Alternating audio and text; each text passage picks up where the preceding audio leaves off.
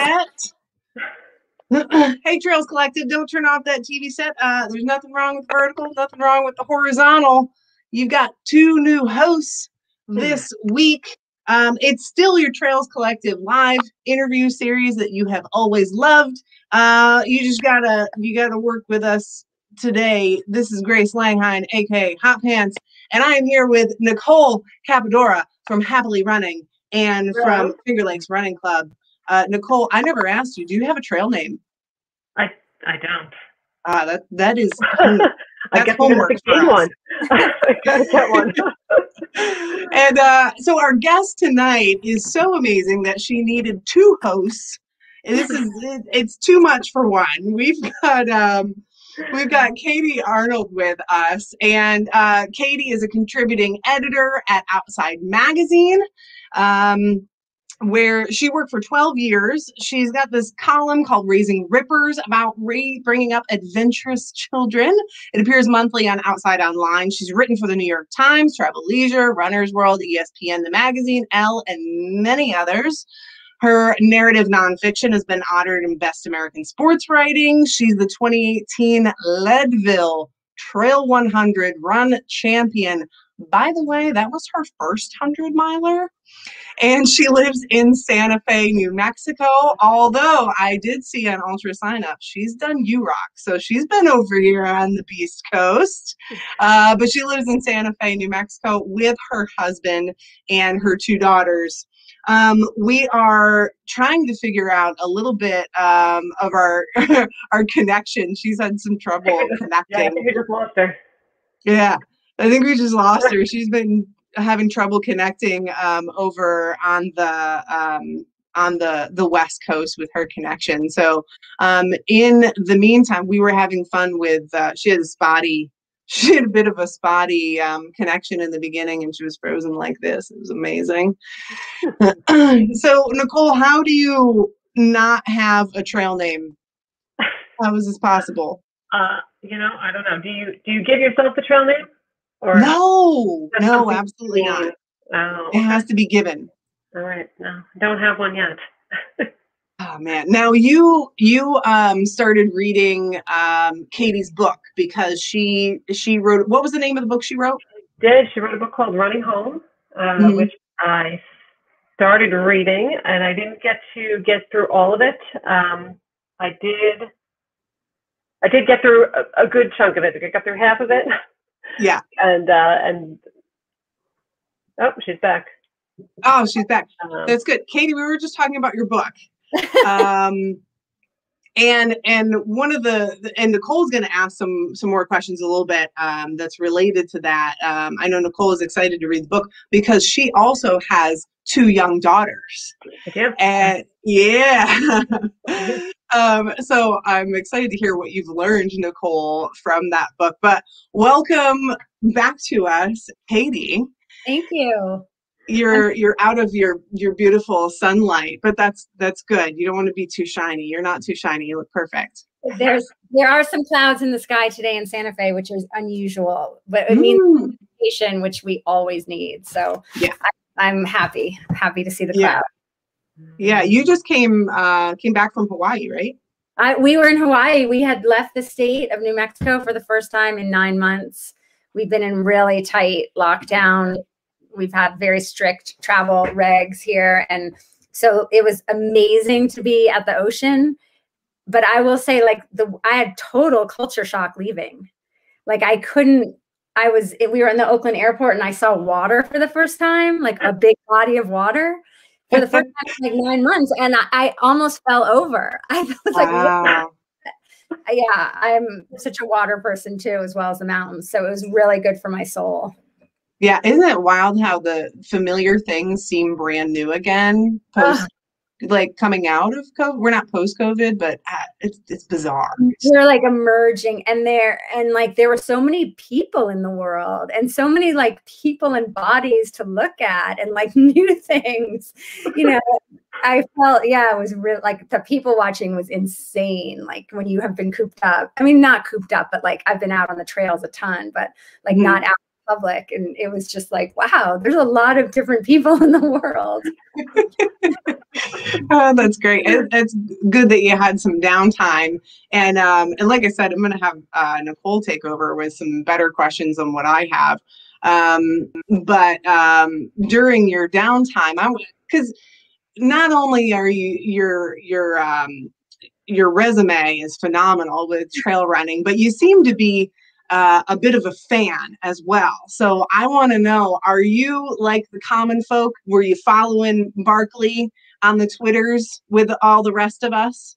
I mean, I wasn't because I was away, but and I always sort of like am on the periphery. I think and that's maybe like my chosen MO is to be like slightly on the outside, like not fully immersed. And I like to be the one who comes out of nowhere and like, who's not a complete follower, but I was watching Courtney and I know Liz, and like, it was fun to sort of see what was going on, but I wasn't like pinned to it by any means, but I keep my eyes open and my ears open. Yeah. It's fun to watch, but there's always too much of a good thing, right? You can't have too much Beast Coast, which is a good thing. We are on the Beast Coast, and I know you have run over here.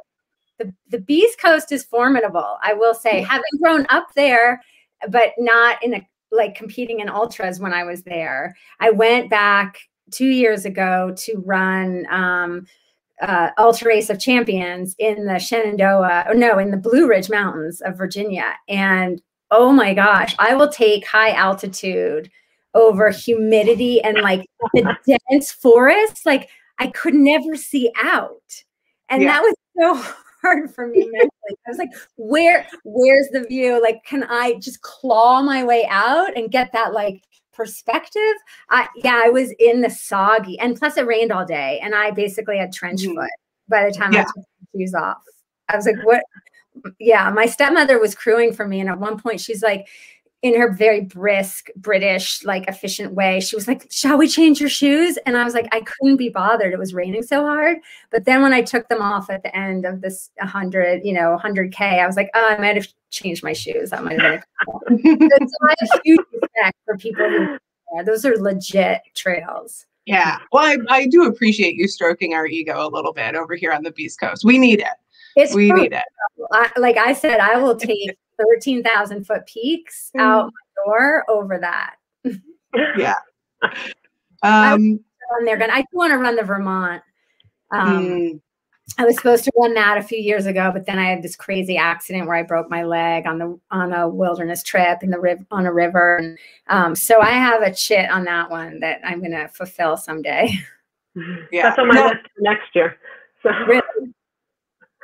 It's cool. Weren't you the one who told me about that? Was that the fall that you were talking about? That was one of the incidents I was talking about. Yes. Yeah. Well, yes, I did. I did mention that one, the big rafting accident, and how you were told you weren't going to run again after that. Yep. I was told. Yeah, I fell out of. We flipped our raft. We do a lot of whitewater. We're, experienced.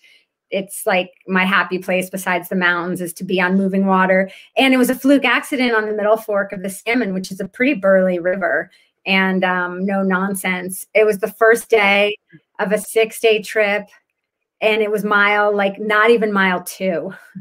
And we wrapped on a rock, and I fell and I hurt myself, and I knew I was hurt, but I think I have a very high pain threshold. Anyway, long story short, it turns out to be broken, but I stayed on the river because it's complicated to get off the river. You'd think you could just hike a mile back, but at that point you're committed. Like you can't get the boat out, it's roadless. And so I stayed on the river for 6 days. And when I got off and finally made it back to Santa Fe, the x-ray was, because I figured it was my ACL or something. He's like, yeah, it's broken and you're going to need surgery. And then when I met the surgeon, classic, was like, I would never run again if I were you. And that was pretty hard to recover from. Like that is a voice you need to exercise from your mind. And it took me like the better part of a year. That doctor's voice lived in my knee, you know. That probably pushed you too, right? Yeah, it wasn't sort of like, I'm going to show him. That was not the sort of driving energy, but it was more like a fear that he would be right and that he would like, whoa, you know, like get the last laugh kind of thing. And, but I had to go into a pretty deep place of like mental training to pull out of that and to like tell myself only positive stories. Like if you were to ask me about my leg, I would not tell you how I broke it. I mean, I wouldn't avoid it, but I would like skim over that. And then I'd be, let me tell you how I'm healing myself. And I didn't call it my broken leg. I called it my healing leg. So it was all that stuff. And I didn't read a book on this. Like it wasn't that I was like following some like manual on like positive training, but it was just all that came so naturally to me that I was like, if I just call it broken and fixate on how I broke it, like I have to be in the healing mindset. And so I put myself in that pretty strong place. And that's how I came out of it. But it was, people would always be like, oh my God, that's so awful. And I'd be like, well, we have to reframe that, because if I stay in the awful broken place, I'm not going to have complete healing. Yeah. Was that part of the meditation that you had found through that too? Or because I know you did a lot of meditating for grief. Right. So right, the meditation kind of came into it when I was grieving my father, as I write about extensively in Running Home, which you mentioned. I didn't hear that, but which is really about me kind of finding my way into ultra running as a way to heal from the grief of losing my father, with whom I was very close. Like he was sort of my inspiration for living a very like outdoor oriented life, and also a huge creative influence on me. He was a photographer for National Geographic. And so he shaped me incredibly on how I saw the world as an artist, and like always paying attention and being observant is so important, obviously as a photographer, but it's really kind of your secret weapon as a writer too, is like you're always seeing the details. And so when he died, I went into this really profound grief state that turned into anxiety, where I was afraid that I was dying for like 18 months, you know, and I had never had that. I now know that it's not uncommon to take on the pain and the literal pain, the physical pain of someone you lost. But it was really scary. Also, I was postpartum, so I know that was mixed in. So I tried tons of different healing modalities. I live in New Mexico, Santa Fe, where there's tons of that. And I'm a super open-minded person, so I would try it all. But really what worked the best is what has always worked for me, which is running, and not like road running or like out just in the city, but, you know, into the mountains, into the wilderness, like nature healing, nature therapy. And running honestly was the fastest, easiest way to get the deepest into the wilderness. So that was mostly my healing, but that's when I did start meditation, just as a way to try to calm my mind, because as a writer, I have a very dynamic imagination, which serves me so well. Like it's my best friend as a writer. But when you have anxiety, it becomes kind of your worst nightmare. And so meditation in conjunction with running. So as I'm sure we all experience when we run, like you have all that chattering at first, and then you kind of run through it, and you're in that like meditative state where you're aware, but you're not using your thinking brain. It's like beyond thinking in meditation is what they call it.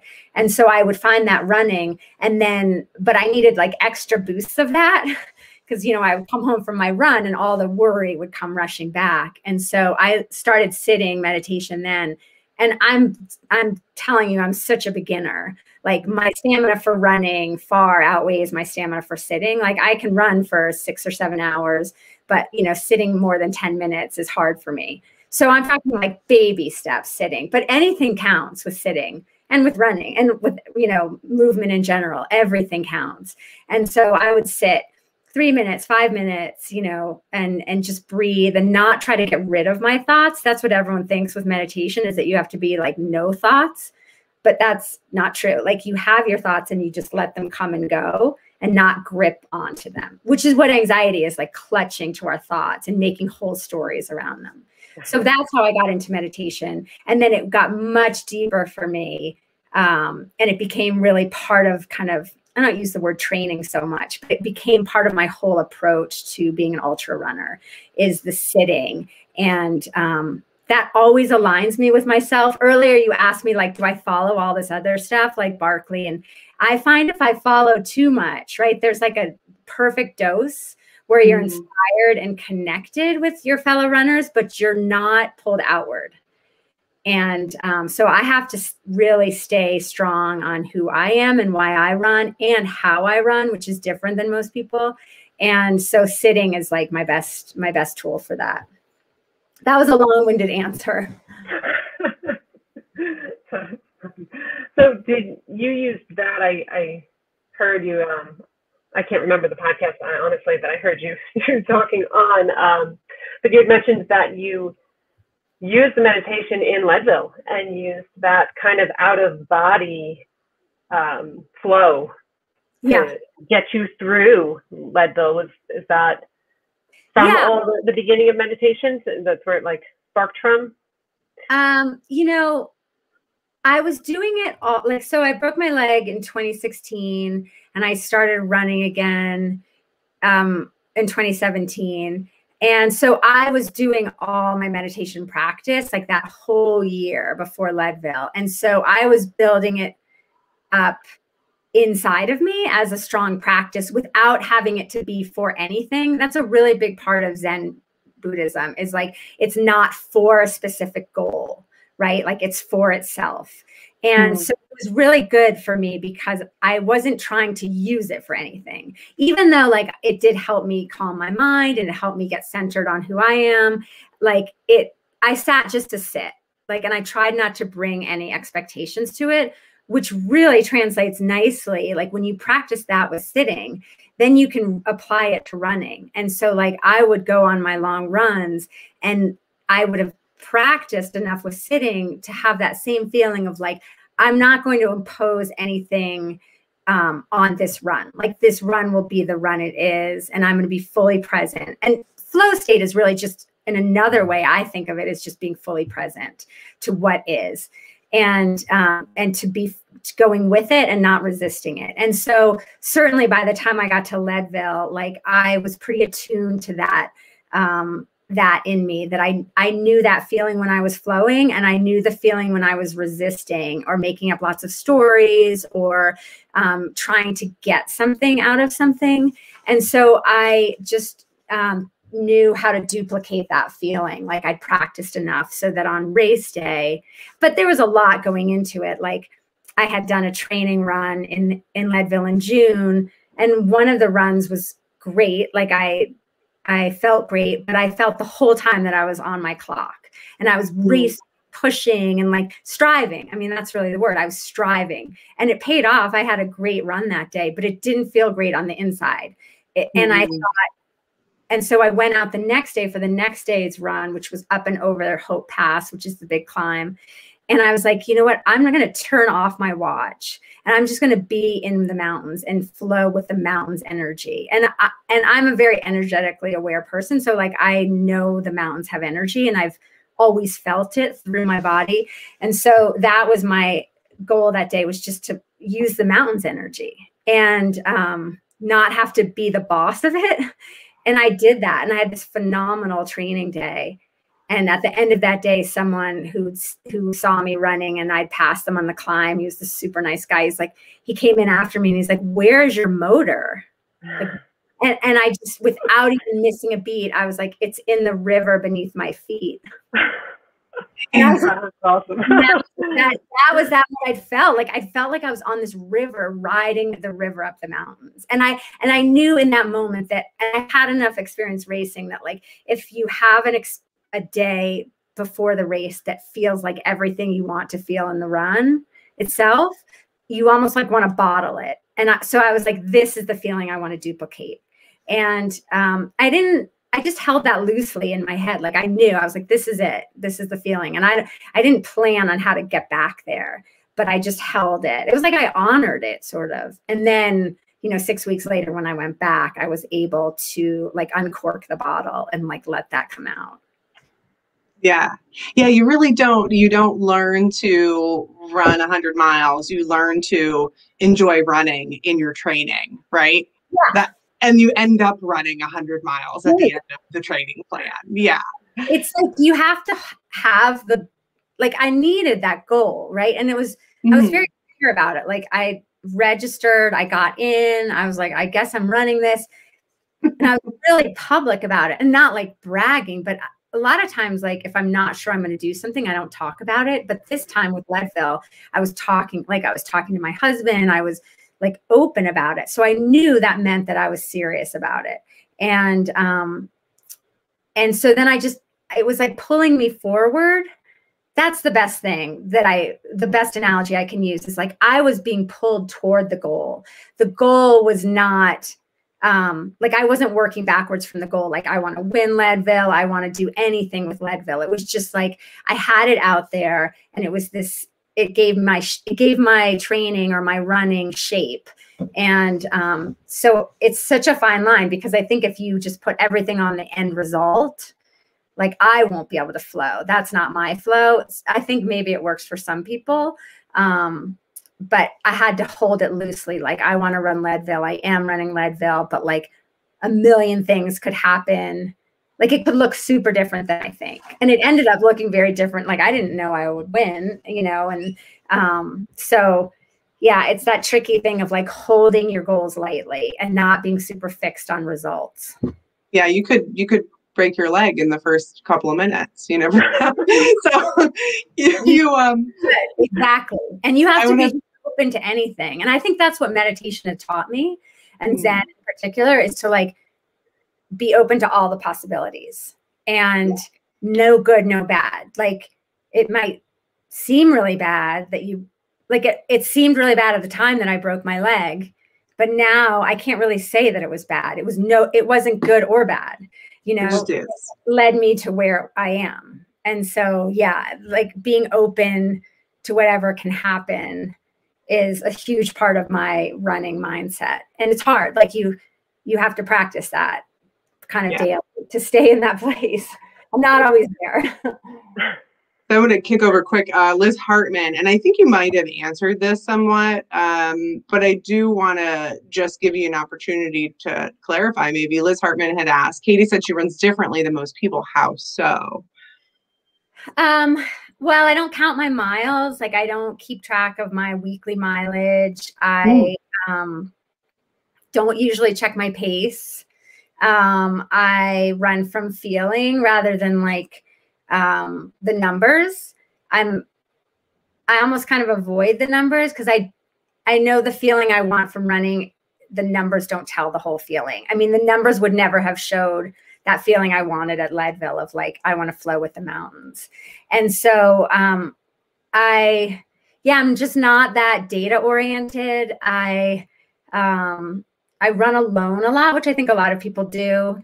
But I wish I had more training partners. I just don't because I run like at odd times. And, but I think mostly it's like only recently if I started following a plan and I have a coach, and even that's hard for me.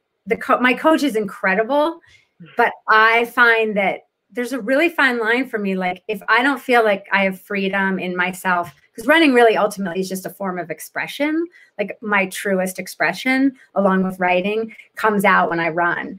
And so if I get too rigid on a plan, that's not my expression, right? That's me like training for something, which is totally different. So I just find that I have to stay like a little bit looser.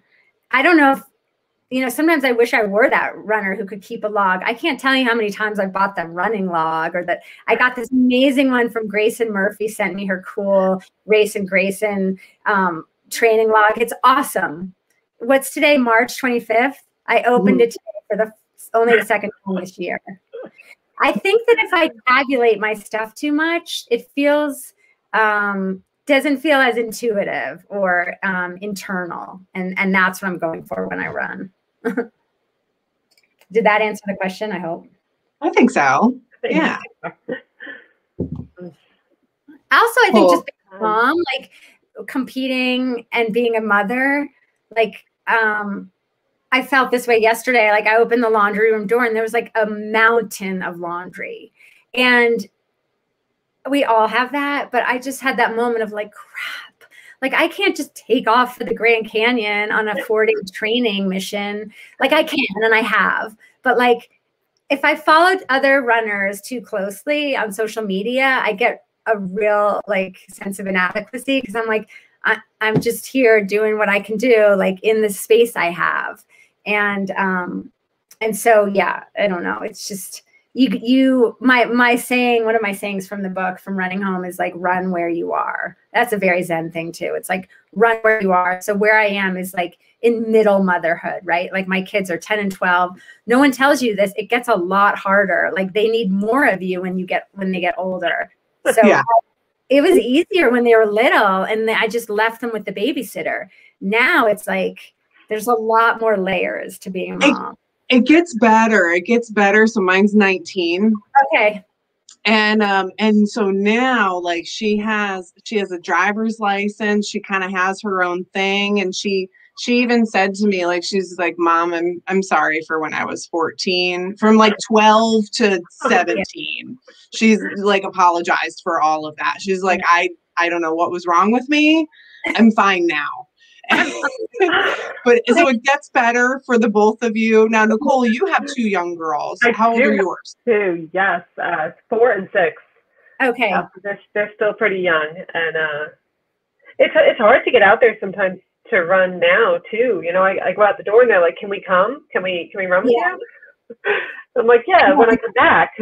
Yeah, I mean, I think too, motherhood is so like poignant because just now when you're saying like yours is 19, I'm like, I don't want mine to be 9. Like I want her to stay.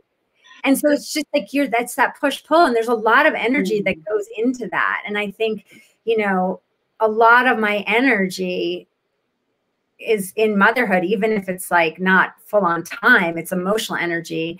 And I think if you don't have that place where the energy goes, like, God, I think like, how much energy could I put toward the running? Of course, I would never want that. Like, I think being a mother makes me a better runner, even though like it's, you know, yesterday when I got ambushed by that laundry, I was like, what? You know, I felt very sorry for myself, but mostly, you know, I think it's really good mental training and like, I wouldn't choose anything different, but it changes all the time. Like right before the pandemic hit, I was feeling it really acutely. Like, oh, my girl was 11 and a half. And I was like, oh, she's on the verge. Like she still wants to hang out with me. But I don't know how much longer. And I was questioning like how much I wanted to be away racing. And then lo and behold, like 4 weeks later, the pandemic hit. And I was like, oh, be careful, like what you wish for. I mean, I'm it's all your time. you know, like now I haven't raced and like, and so, but it's very like, you want it both ways as a mother. And I write that in the book. It's like a total form of like, don't ever leave me and like, leave me alone, you know, like at the same time.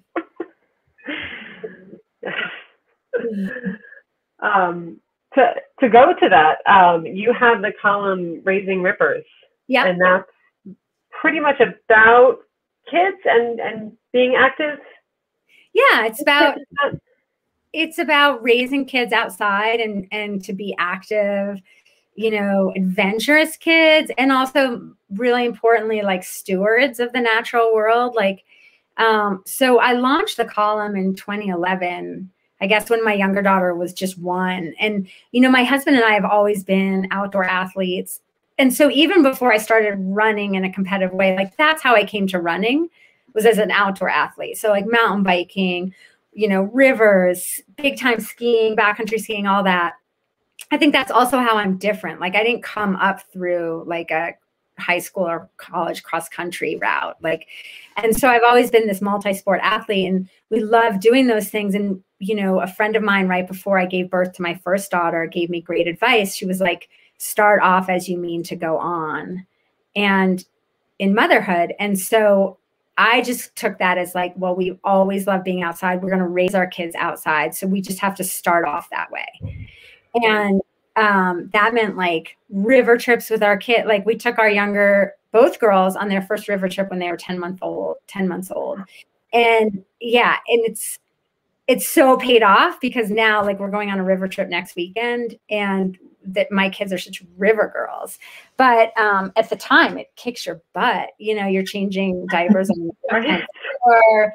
I remember like breast pumping in a snowcat one time, like in the lot, you know, so it's just, it's worth it though. Like it's an investment, like you're making an investment in your future and your family's future by like getting them outside, if that's what you love to do. And it's I think there's more examples of that now, but even, you know, 11 years ago, I didn't see it as much. And there was this idea of like, oh, once you become a mom or a parent, like it's over. Like your outdoor lifestyle's over. And that was totally not the case. So I started that column just to sort of like document how you can keep going, even when it's kicking butt. That is awesome. The incident that Grace had mentioned before that I was talking about was when you were attacked with your youngest daughter, yes, by the shorts man, I believe. Yeah, the guy. Right. I mean, that's like a fear as just a woman, I would think, being alone in the woods, right? Like just other people rather than animals. Yeah. Do you, because you mentioned you run alone, do you still have that fear of? It's interesting. Like, so that happened in 2008 when Pippa was 4 months old. And I had hiked throughout my pregnancy. I didn't run in my pregnancy. I just didn't feel like it didn't feel good when I did it. So I hiked up the mountains near my house. So I was really used to hiking pregnant. I was never afraid. And then I hiked through like, you know, her first few months as an infant. We would hike at nap time and she would sleep. And then this happened. And so I was and I write about this in Running Home. And this man was having a schizophrenic episode and he thought I was going to hurt him. And I had her on my chest and I came around a switchback and he was coming toward me and I'd recognized him. I saw him often as a homeless person walking up the road. And so I wasn't afraid of him. And then he threw a rock at my head and it hit me. And anyway, yeah, for a long time afterwards, I was afraid, but I kind of, as you do after trauma, I think like you compartmentalized.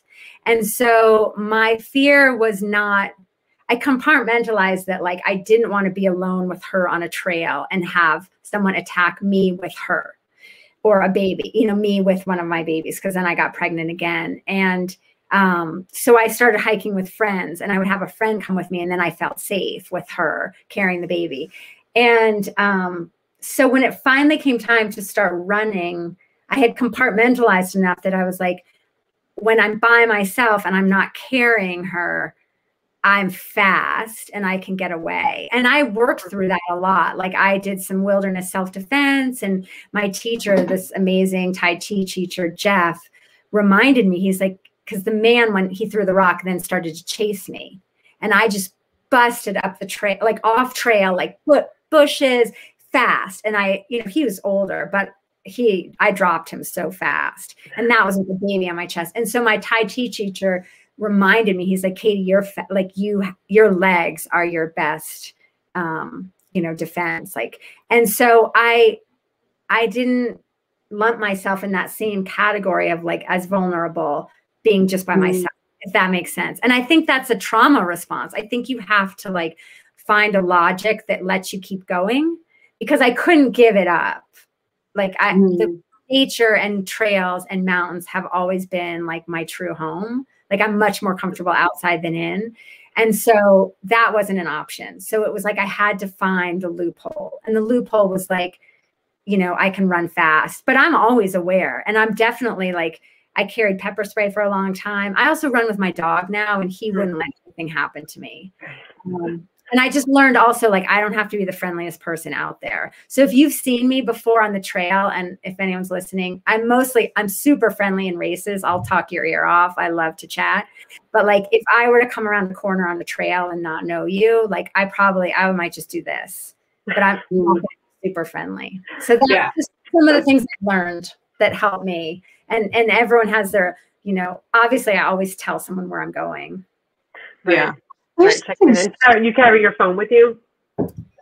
I do carry my phone, and more there's reception most places, but I can't count on it. But it's more like it feels like security. And yeah. So I have those layers. It's like the dog, it's going on trails I know, but that doesn't always, this was a trail that I know. And that's that familiarity bias that kicks in where you think like, I've done this trail 100 times, so nothing bad can happen on it. And it's just a bias. It's not true. And then I'll run with people when I can. But like I said, often I don't, just because the distances I'm going or whatnot. Yeah. There's something, you know, it's really a, two sides of the same coin. You know, on the one hand, we can feel vulnerable alone, but it can also be really empowering to know, like, I know if zombie apocalypse comes, I can run to the coast. Like, I can make it to the Chesapeake Bay and jump on a ship. Right. Like, I can't get there fast. I don't have that on my side, but I've got endurance and I can totally get there. Yeah. But I do worry because my daughter's 19, like I said. So she just got accepted into an arts college in Detroit. Mm-hmm. And so now she's going to be in the big city alone. So how do you feel? You're raising rippers. Yeah. How do you feel about when they get older? What level of independence do you allow them, and how do you feel about them going into that? They're going to follow mom, right? Yeah, they will. And like, I mean, the face I'm making is just like thinking about my kids at 19 going to like a city. Like I'm like that. I'm much more comfortable like on them on the mountain or skiing by themselves, or like my older daughter started going on mountain bike rides with a friend, or but that's all because like as I'm sure you've done with your daughter, like you train them up. It is like training, right? And like their leash gets a little longer when they demonstrate that they're capable of X or Y. And we train them up that way with like something as simple as walking to school. You know, I would walk with them forever, and then like they would walk part way, and then I would meet them. And like we talked a lot about like, if you need help, there's this art gallery, go in here, or like, what would you do? And so we do scenarios and like just in a casual way, but it's that kind of like, I call that sort of training. And so, but we're also, that training is like training us as parents to like, let them go. But the next frontier of like them driving, or like your daughter going off to college, like I haven't trained up to that. So that sounds to me like running 1,000 miles. I'm like, you talk to me about that in like 6 years. I got to do these like steps between them. But that's part of it. Yeah. And I write about that in Raising Rippers of like of letting them do these things on their own, or like ski their first run in the trees by themselves or whatever. And yeah, there's a lot of fear, right? Motherhood and like worry go hand in hand, I think. For sure.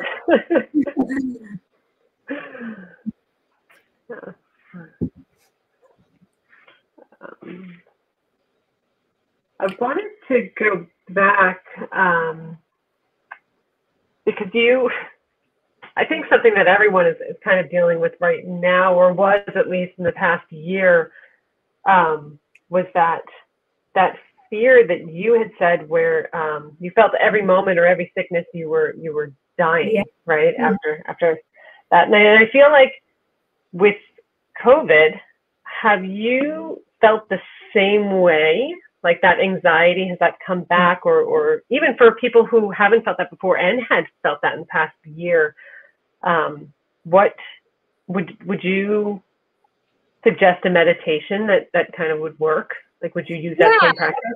I mean, I definitely felt it. Like my anxiety, what I learned is that like that this health anxiety was certainly triggered by my father's death, but like, I think it's going to be with me in some form or another, even like as a real, you know, deep shadow piece, like not super acute all the time, but it came back a lot, as you said, in COVID, because there was, you know, like the worst case scenario, like a global pandemic happening, and people were getting really sick. And there was a time like in the spring where like almost every day at like 6 p.m. when my allergy medication would wear off, because I have bad seasonal allergies, I'd be like, I'm sure I have COVID. It'd be like 6 o'clock. Right. And there's like so many people who have really truly suffered and lost people. And so I'm not trying to make light of it, but it was this perpetual fear. And I've been recently vaccinated. And so that fear has gone. And I realized in its absence how much of a presence it had on, you know, in me, and how much I thought about it and worried just like, as I'm sure you both as parents do, like, well, what happens if we both get it? And like, what's our plan with the kids, you know, and that. And so what I just would go back to this meditation, a specific meditation when I was feeling like most anxious, that really amazing, like mindful parenting counselor gave me right after my dad died. And it's the 5 senses meditation. So you literally just you don't even have to sit. It can be like in a moment of acute anxiety, where you're worried about the hypotheticals or the future, like, do I have it? I'm going to get sick. Is just key into your 5 senses and just go through them. Like, I smell, you know, my husband making dinner downstairs. I taste the tea I just drank. And you can just do that catalog, kind of an inventory of your senses, and it brings you right into the moment and out of that fear place. And so that's a handy one that I do a lot, like if I'm really feeling in the overwhelm.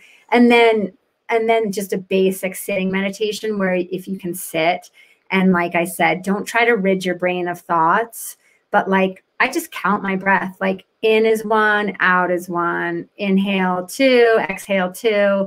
And, you know, anytime your mind strays, which might be like 1,000 times in 10 minutes, totally okay. Just come back to the counting. And that I find, you know, it seems like nothing and kind of like, what's the point? But if you do that and build it up, and again, you don't have to increase your time each day at all. It's not like running. Like I just, you know, I sat 7 minutes. Tomorrow I'm going to, you know, sit 8. You could do 7 forever. And, but it's just like, you kind of come back into the moment. And I find that I get up from that often relaxed, sometimes not, sometimes agitated, like, why do I have so many thoughts? But again, it's like running. Some days you have good days and easy days. It's like writing too. And then you show up, and some days it's really hard. But the most important thing is just to keep showing up. So come back to the cushion, and the next day, just like going back to the trail, it's a totally different experience. I heard you're working on a new book, right? I am. Another one? I am. And it's kind of like a companion.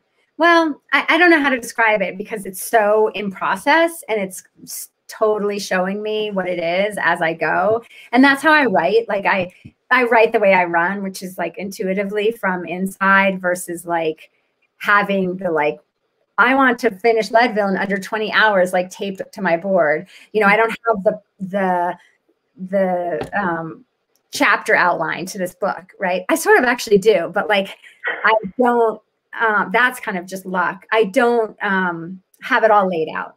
If I had it all laid out, it's like I would miss all the mystery in between. And sometimes those detours that happen are the real path. And so I think some writers do that. They like plot it out and everything is like cut and dry. And that's a totally cool, different kind of brain. But for me, I have to be in the not knowing. And that's also that Zen idea of like, and that we've all been living this last year of like, seriously living in the not knowing of like, what is going to happen next? No one knows. And that's where we always live, but we've like can fool ourselves most of the time that we, you know, have control.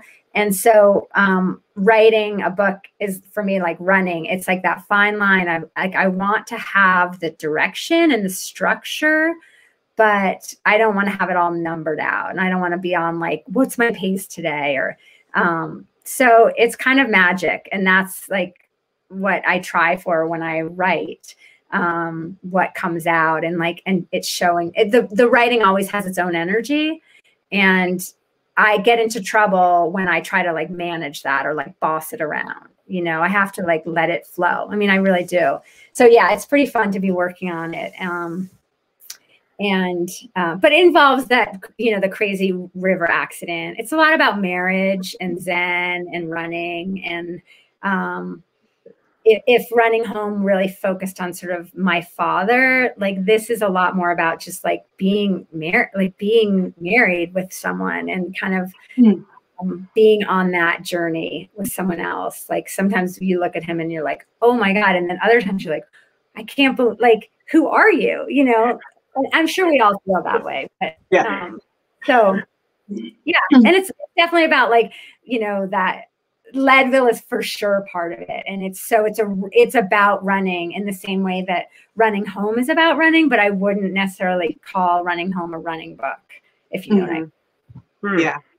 I'm looking forward to continuing to follow your adventures, especially with these kids. Adam had asked in the chat, he had said, do you think part of encouraging your kids to be outside will include running cross country and track in school, despite that not being part of your evolution as a runner?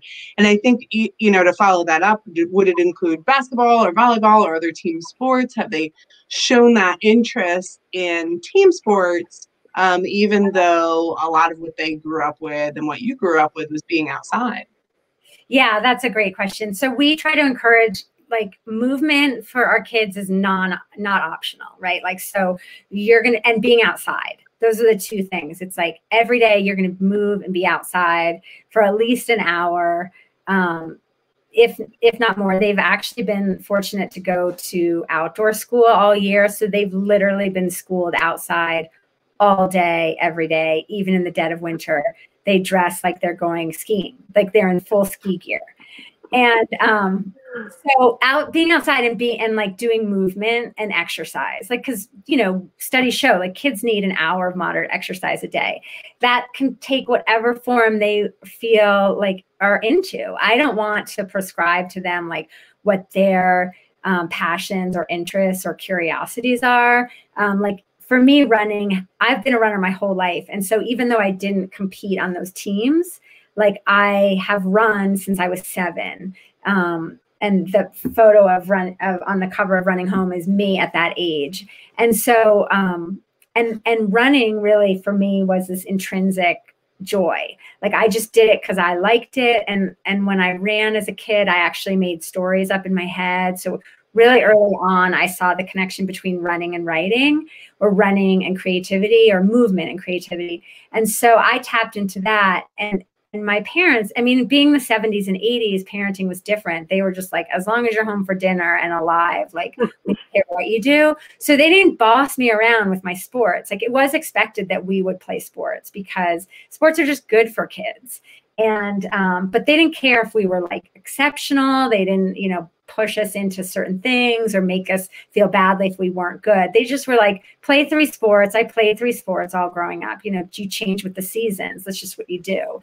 And so that's the same expectation for my kids. And like they love to ski. They both play lacrosse. My husband and I coach their lacrosse team.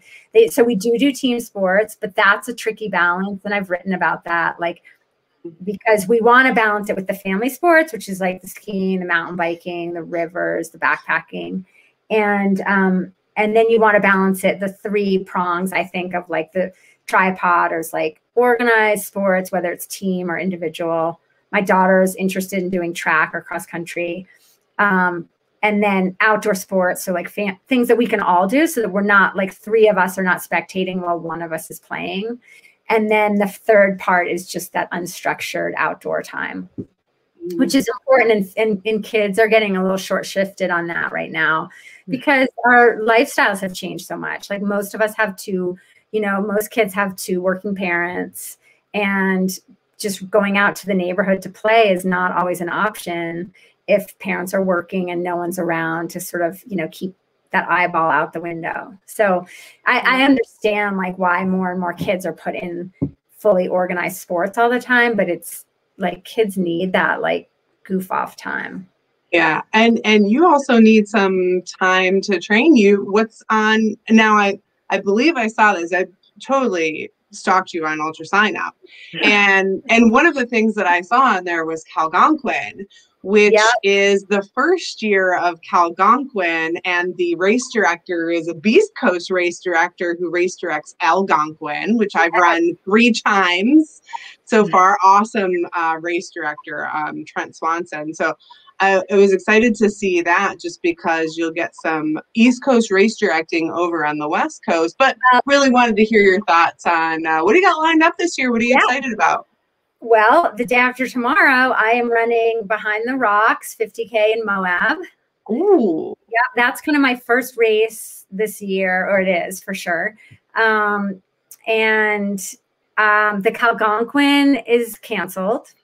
Oh, I love that I brought that up. Look at me with my homework. Someone fact check this, because I got an email and I'm pretty sure it was like, I'm sorry, racers, the race is canceled. But anyway, so yeah, I have Behind the Rocks, which is in 2 days, which I'm like, cool, 50K in 2 days. Like I feel really laid back about it. And it's a different feeling than normal. There's almost like a I don't care feeling. And I'm like, is that good? And then I sort of think it is good. Like, I'm just curious. I'm curious about this feeling. It's, you know, for me, it's early in the season. Like we've been in probably like where you are on the Beast Coast, like full on winter skiing. I skied yesterday with my kids, like, because I am like a seasonal athlete, I run all year, but like I'm doing lots of things. So March is, you know, on the early side for me for racing. So that's in 2 days, but I'm psyched. I'm psyched to run in the desert. Like I said, I've been in like New Mexico lockdown for so long that I felt like I've seen other runners like going here and there for races that are still on. Like Arizona's been full of racing, but I couldn't leave. So I've got that. And then I'm on a couple wait lists. Everything's full, right? Because there's so much pent up demand. So I've got, I'm on Lake Sonoma, which got moved to Labor Day. I want to do 100. Yeah. And so things are just sort of like, I've got some pieces and then others are question marks. And I think that's maybe where I'm a little different from other runners too. They plan their whole schedule out. Yeah. I can't think that far ahead. I mean, I can but I can't race every month or 6 weeks like some people do.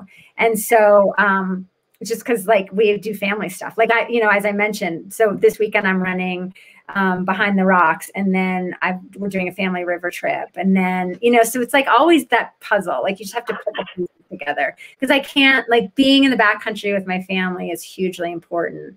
It also works really nicely for my training when it's like mountain trips or backpacking, but less so rivers. They're more just like, that's like flow training, is like to get into the mindset of being on the river and being in the flow. But yeah, I've got some fun things. It'll be fun to just get back in the mix on Saturday. And I'll fact check that Algonquin thing, because I was really looking forward to it. It sounded like amazing single track. California is my favorite place beyond the Rockies.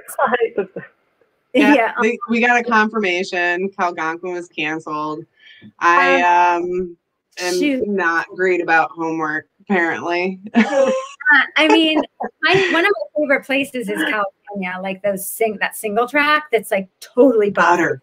It's like the opposite of Beast Coast. It is. It's like the smooth coast. I mean, you don't even have to look at your feet. One of my favorite races I did was the Marin Ultra Challenge 4 years ago. And that was pure flow, because the trail was like, it was groomed practically. I mean, it wasn't, but oh boy, I love it out there. So I was sad that it's canceled, but I'm going to go next year. I'm sure there's plenty of suggestions out there for you. Adam said there's Virgil Crest Ultra. Nicole is a race director as well. She's got some. I do want to give a quick opportunity.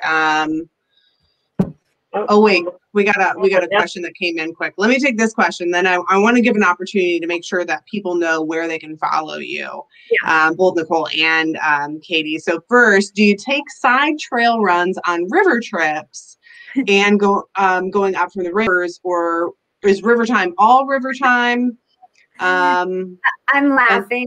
I'm laughing because I'm always that annoying person on rivers who's like scouting for the side trails or trying to find or camping trying to get the camps where I know there's trails. Basically, the answer is yes, always. And it's never like long or serious. Like I never find like the stash of trails. It's always just I kind of cobble it together, which is also sort of my style. And it just works. It's like, but mostly when I am on a river, if I time it well, it's either like during recovery or it's like during taper. And so they've all served me. Like, and then, when it's during a taper recovery, like then that's pure, like that's really good for me to just be on the river. And you have to get into that flow mindset, and rivers are such good teachers. I have read the Elmore Mile, and Kevin and I work together outside. It's such a great book. What so any other recommendations that you have for our listeners? Books to read, races they should run. I think we missed a question. Someone? Oh, did we? Yes. Liz Hartman asked about nutrition. Oh, yeah. Tips about nutrition during ultras. Yeah. Okay. Well, we covered the first one, the races. Yeah, my nutrition. So nutrition, just feed and hydrate often, and stay ahead of it. And so my specific strategy for hydrating is every time I think that I should drink, I drink. And so whether I'm carrying like bottles or a bladder, which I don't do so much, but I actually have to, on Saturday, they have a minimum carry requirement of 40 ounces. So I'm like, I guess I'm going to use a bladder.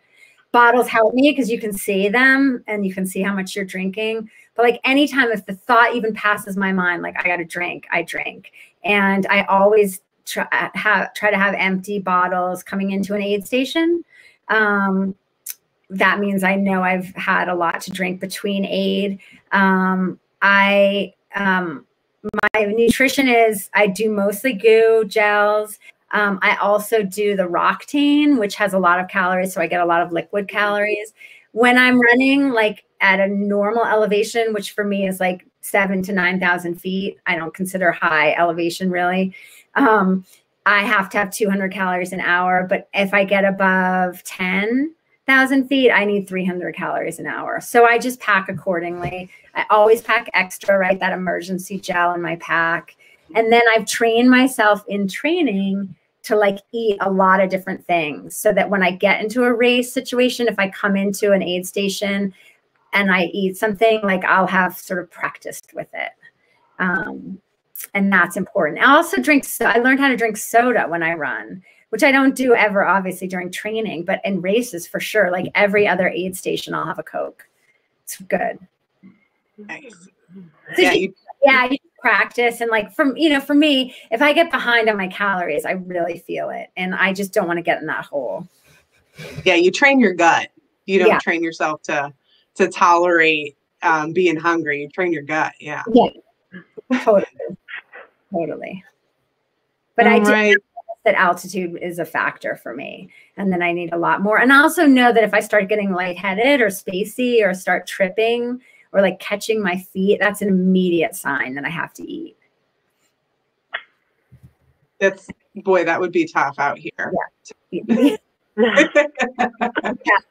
That's just part of running, is to trip the entire time. Tripping on your feet. But that feeling of like you're not in total control. Maybe that's always the way it is there. There's so many routes. Oh my God. Remembering that Virginia race, that was so hard. Now, I want to be mindful of time. Nicole, did you have any questions that you wanted to throw over to Katie quick? Yeah, I think we got through all the ones I had down. Awesome. So I think covered it. And then I wanted to give you an opportunity, Katie, to tell us where people can follow you, because you have some really great stuff to follow. I think is the cool part. You've got some books that we talked about already, and you have places you update your stuff pretty often. Maybe I do. I feel like I don't. Thank you. I should do better. But the place I'm most active and I'm most current is on Instagram. And that's just me at Katie Arnold. Follow me there, because that gives you glimpses not only into my running life, but my writing life and kind of the adventure and parenting, all parts of me. That's sort of where I put pieces up all the time on kind of how I do it. You won't really find me doing like my training, like I just banged out like 6, 3-minute hill intervals. I rarely post specifics, not because I'm secretive, but like I'll tell you, Annie, I'm such an open book, literally. But like, because back to what I was saying, like I feel like the numbers, everyone has a different way of training. And so I'm just going to give you, I'm in for the feeling of it. And so that's the best place at Katie Arnold. I'm on Twitter, which is at Raising Rippers. I'm on Facebook, obviously. I post stuff there a lot. And then my website is katiearnold.net. I do, which I'm really excited to start back up again. We did it before the pandemic, right before the pandemic, and then everything came to a screeching halt. But I lead running and writing retreats. And I'm planning one in the works for New Mexico in the fall. And there's incredible running here. We'll do a lot of the running on the Continental Divide Trail, which is a trail I am looking to through run in New Mexico, if not the whole thing at some point. And the run, it's great because it's all about, like, even if you're not a published writer, like so many people are like, well, I'm not a real runner, right? You probably hear that all the time. And I'm like, if you run, you're a runner. Same thing. Like if you write in any capacity, and writing can often be, and I use it as a conduit, as like a way to get into that flow state. So we do amazing runs. We'll do some writing practice and sort of like tapping into like our deeper reasons and whys behind, who we are and what we do. And then we do some sitting and kind of meditation. And I call them flow retreats, because these are basically, you come away with daily practices that you can do to sort of prime yourself for flow. I mean, flow is, like I said, my take on it is just a way of being like very present in your life. And so those are really exciting. And you can find information on that. You can message me at on Instagram or through my website as well. Nice. Yes. Tell us a little bit more about these retreats. So how many days is it? Usually 4 nights, 5 days. The one we did in Utah was near Zion, which was incredible running. And so it's 5 days of great running, and you don't have to be a certain pace, right? Like we have different run guides. I'm of course one of them. And so you can even be out there as like, we even had some women who were hiking it. That previous one was all women. I do all women. I do co-ed as well. And so there's no pace requirement. You just want to be comfortable running, running or hiking for a few hours and being in nature and sort of open to that experience.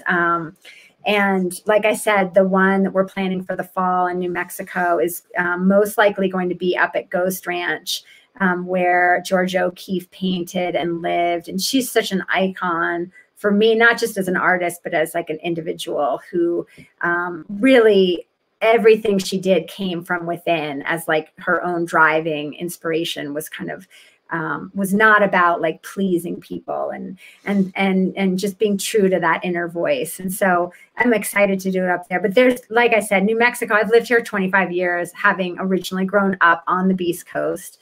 And so I'm so excited to share New Mexico trails with people on the retreats. And yeah, they're amazing experiences. Yeah, so I think it was Ian threw over in the chat. Oops. Oh, I think we lost Grace. Oh, we lost her. Yeah, Say I think, oh, there she is. So I just said that I had lived in Albuquerque for a few months doing an internship and had the opportunity to get up outside of Santa Fe a bit. And I don't remember what the appropriate name was, but I remember it just being this huge open like cauldron area near Los Alamos. And I think the first time I got up, it was like this, like rays from the sun went down. I remember it seemed like some wildlife out in this amazingly green field. And it was just an amazing part of the world. And I just loved the trails outside and above Santa Fe. Well, that's funny. That's the Valles Caldera. And that is the opening scene in Running Home, is that I'm running across the caldera. And it is, as it's so amazing. It absolutely dwarfs you. Like it's scale on a different, it's like an oceanic proportion. Yeah. And yeah, that's such a special place. And actually that's a race that I'm probably hopefully going to do this spring, the Jemez 50. But yeah, it's so varied here. You can get the desert, the river canyons, the high alpine. So yeah, and we'll have something for everyone, right? Like we'll have the mountains, it'll be really great and varied. And what's the name of that one again? You said that's going to be in the fall. That's a Running Home flow retreat is what I call it. Oh yeah. Yep. I was about to say, it's like, as you were saying that, I heard you talking about the retreat, but as you were talking about the caldera there, I was like, I don't know if I'd want to race through that, right? Like, I just kind of want to be and immerse. And like, if I was racing, I think I'd be like slow to a crawl, and I'd just be like, just it's in incredible. There. Well, and that's what I write in the book, that I have this moment when I'm in the caldera. Because, in a race, like there is part of you that's like, I want this to be over. And then there's this other part that at the same time I was thinking that, I was like, I don't want this to be over. Like, I love what's happening to me. And that's a lot about what I write in Running Home, and what I think why I run differently is like, it's not really about the numbers or the time or the miles. It's about the feeling you have when you run, and that transcendent experience. And you can surely get that in the caldera, like, because the scale, it's like the Grand Canyon, where it transforms you because you see yourself differently against the landscape. Yeah, and sorry, I don't know whether it's good or bad that I just weighed in. If you need to get off and respect your time, I don't want to come in here and suddenly, we're still going or whatever. That's great. So in there too, I started moving. So I grew up in Pennsylvania as well, and as you mentioned earlier, I don't know whether claustrophobic, I forget how you phrased it, but like such the tight and dense forests.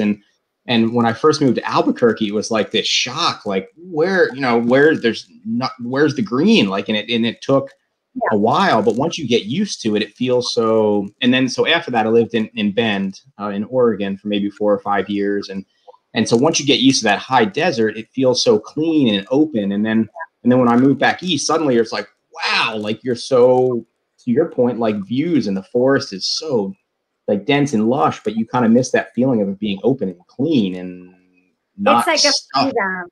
Yeah, I feel very free out here. And I like you, I mean, I grew up in New Jersey and splitting my time in Virginia. And so that's like very mid-Atlantic and like thick forests and the maples. And when I got out here, when I was 23 to work for Outside, I was expecting to feel super freaked out. And for some reason, it was like instantly, I just connected with the energy of the landscape and like that feeling of freedom, and that you can see things coming from a long way away. But I really miss the green. Like when I go back somewhere green, it feels like home. And I'm like, oh, so it's hard. Like I want both. And I miss water. Totally. Yeah, totally. And then that speaks to another, like you've got kids as well. And I think, and you're, it sounds like an amazing point where you're more, I think, fully trying to be or remain present in the moment or the week or the year or whatever that might be. But, with kids, it's not, I don't know. I mean, I guess we're so even more with COVID where you're very much wrapped in the moment, just day to day, week to week, who knows what's coming next, but still not it's tough to not think forward, I guess, a little bit, and particularly where you're at, particularly with a lot of the West running out of water and burning and the projections there. I mean, how is that going for kind of a landscape that you both connect with and that also kind of feeds your living that's being kind of dramatically shaped, and the projection isn't very good? I'm really glad you brought that up, because that's something that as a runner and just as like an outdoor athlete that I think about a lot. And I think we need to be talking about more as athletes and how we move through the landscape. And like, I was really grappling with like racing before the pandemic in terms of sustainability. Like when we travel so far to race and there's so much resources put out for races, like, is it sustainable? And I was just, those are big questions that I think we need to ask ourselves and keep asking ourselves. Like, when we can run 60 miles out our door, like, do I have to travel to do that? But to your point, like, I do really worry about the Southwest, and I feel like climate change is rapidly accelerating, and we're going to have a lot of climate migration, and it's already begun. And there's certain places that I feel like are, in a bad place. And just thinking about California with its fires. And so we're going to see a lot of people starting to move. And, my husband and I have even talked about that. Like, where's our next move? Because we've both been here 25 years. Like, it's so home. It's like a deep home, but I'm not sure, sadly, like how it's going to go. And that's kind of scary. That's just like, I've always thought I'd live here forever. And I don't know with the water. Yeah. We need to just make some pretty fast changes. And I don't even know how much that'll change things. Have you had any, and again, totally, if anybody wants to start into wrap up mode, I don't want to hold anybody, I want to be respectful of everybody's time, but otherwise now I'm on here, I'm like, now I'm talking with you. And it's like, so when I'm also thinking of and so be like, yeah, swap, go away. But that's fine. Just cancel me out. Cancel culture. Get into it. But I guess one of the other experiences that I had that I was just thinking about was years ago, one of the first years they ran, I forget the name of the race across the Navajo reservation. Canyon de Chelly? Canyon de Chelly, right. I think I ran that maybe like the first year they put it on, and I've had some wonderful Western running experiences, and you being mindful and out there and as much time as you spend on your feet. I remember like somewhere mid miles in Canyon de Chelly, I think the lead pack had separated from me a bit, and it's this tight canyon that you're running through, and your constant creek crossings as it's serpentining through the canyon. Right. And I got to this herd of, I think it was steer, that were just kind of living in the canyon, and they were just kind of spread like right over the trail. And here I am. When I grew up in Amish country in Pennsylvania, and familiar with cows and whatnot, but I'd never been in like suddenly a packed steer right in front of me, and what I'm supposed to do when they're on my race course. And so connecting with them, and I think I was like, I don't know, maybe I'm supposed to say like "hiya" or like something like that. And I think I started kind of doing, I don't know, what you see in the movies or whatever. I think they kind of looked at me funny, and then they started running, and eventually they gave me birth to kind of move through, and we had a little dialogue. And I've had a couple of wildlife experiences like that in the West, but anything where you've been out there really just kind of connecting and fun stories?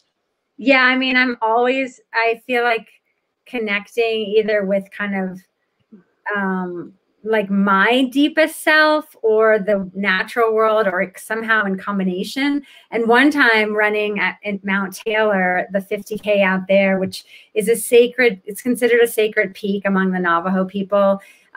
It's out in western New Mexico, and it was I guess the same Sean Martin organizes Canyon de Chelly was at Mount Taylor running it, and he gave this talk before the race saying that the Navajo people consider running a spiritual act, and so we were out there the next day, and I had this very transcendent experience where I felt that I was running, and I write about this in the book, with everyone who have ever lived and everyone who will ever live. And it was like this total oneness. And it only lasted for a little bit, but it was like I was with my grandmother who passed away, and her grandmother, and my my daughter's grandchildren, you know, that kind of feeling. It was really, really powerful and transformative. And that's the kind of feeling that when you get that running, like you want that more, right? And I think that's why I keep running, is to find that connection and that oneness. I mean, that's really why I run, is to feel connected to something bigger than myself. And so I often have that when I run. I mean, not that exact same feeling, and not certainly every day, like in a regular run where I'm just trying to get the miles in and get home in time for school pickup. But it's pretty beautiful when it happens. I mean, I have had other run-ins, like when you mentioned the steers, like I was charged by a cow a couple years ago, and I fell into a hole. Like I panicked, I fell into a hole, I hurt my leg. And, you know, I have had funny things, but it's just all part of being out there. It's like, you know, it's the full experience. Well, that could take us in so many different directions. But I think the cool thing, Katie, is that when you talk to runners who talk a lot about flow and all of that, a lot of times when you hear all of those stories, it's you know, somebody like Sabrina Stanley who's like living out of her van, you know, and which is cool too. Like I love Sabrina, and that's awesome.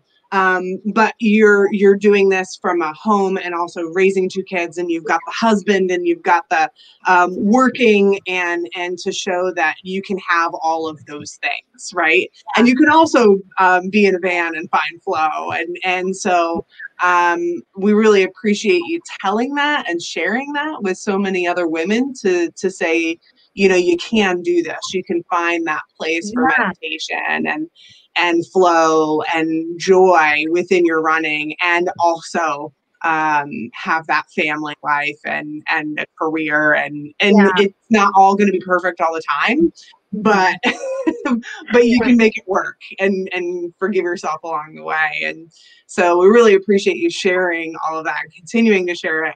We could talk about it all night. I'm so glad that because it is.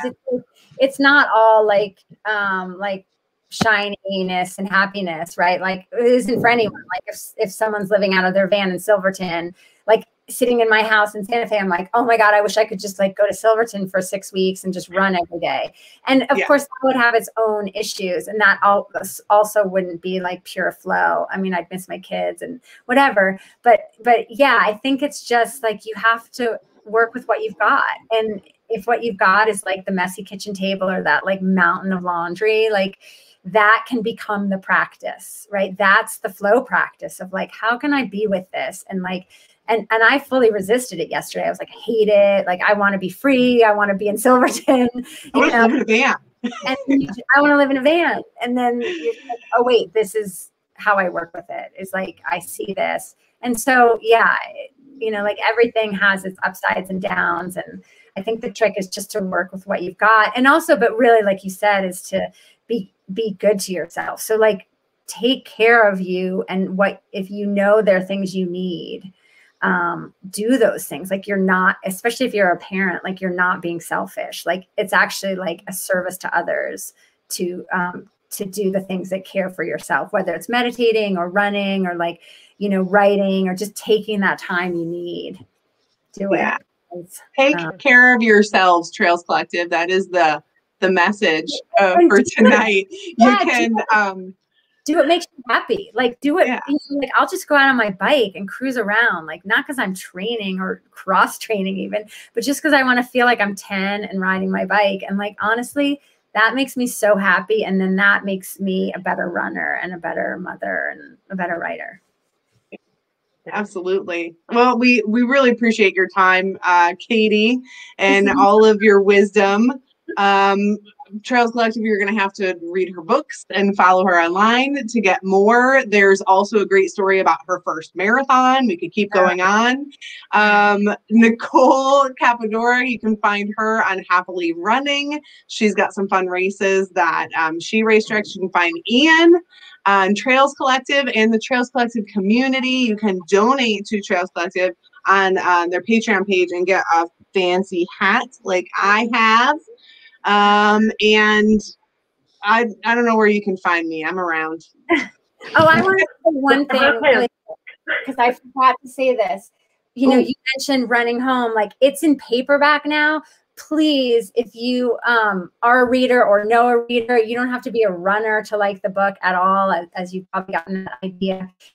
It's available at any local bookstore. Please support your local indie bookstores. You can obviously find Running Home online, all the usual places, but bookstores are such a lifeblood in our communities. So if they don't have it in stock, they'll order it. And also, if you want, I have signed book plates and I can personalize your book. So if you want to get a copy of Running Home and then DM me on Instagram or social media and just give me your name and where to send it, I'll send a free signed, personalized with your name book plate. Nice. And a lot of those local bookstores, even if they don't have it in stock, they'll order it. Yeah, for sure. That's another option. So supporting our local bookstores and our local running stores as well. Yeah. Finger Lakes Running Company. You can order fun stuff from them. Thanks everybody for joining in. Man, this was fun. I hope you had fun too. We'll see you next time, Trails Collective. Yeah.